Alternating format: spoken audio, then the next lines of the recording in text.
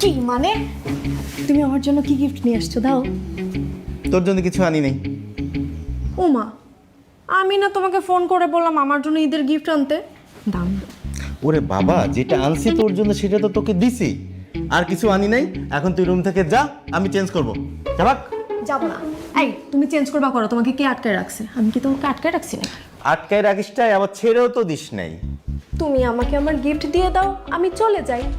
আরে বাবা, বললাম তো তোর জন্য আমি আর কিচ্ছু আনি নাই। আমার বিশ্বাস তুমি আমার জন্য কিছু না কিছু নিয়ে আসছো। আচ্ছা, আমাকে একটা কথা বলতো, কি?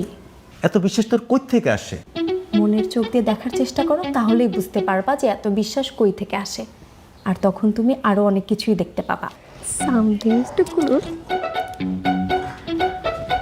এই কি দেখিস রে? সিনেমা দেখি, তুইও দেখ। টিকিটের টাকাটা আমারে দিয়ে দিস। ও, এবার বুঝছি। ওরে সরা। ভাইয়া, তোমাকে না ফুপু ডাকতেছে, যাও তুমি একটু যাও। আপু তোমরা এভাবে বুকি দেখিয়ে দেখছো, আমি একটু দেখবো। তোমার দেখা লাগবে না, শোনো আমরা দেখে তোমাকে পরে বলবো, তুমি যাও। হ্যাঁ যাও। তোমাদের বলা লাগবে না, আমি দেখলেই তো হয়।